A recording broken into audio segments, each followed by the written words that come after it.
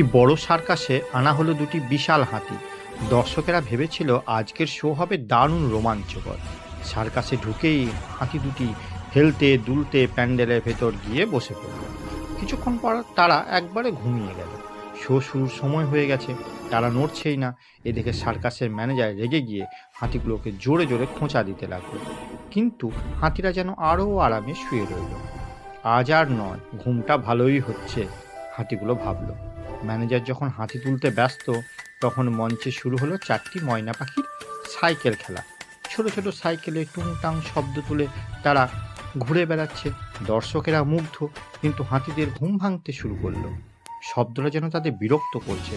হঠাৎ বিরক্ত হাতিরা সাইকেল দুটি ছুঁড় দিয়ে তুলে উল্টে ফেলে দিল।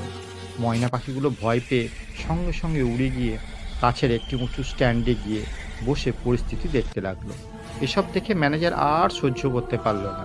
সে তাড়াতাড়ি মোটা লোহার শিকল এনে হাতি দুটির পায়ে পরিয়ে দিল। হাতিদের চলে গেলে দর্শকেরা মনে মনে ভীষণ দুঃখ পেল। সবাই বলল, আহা, আজ হাতিদের খেলা দেখাই হলো না। এরকম মজার মজার গল্প শুনতে আমাদের চ্যানেলটিকে লাইক ও সাবস্ক্রাইব করতে ভুলো না।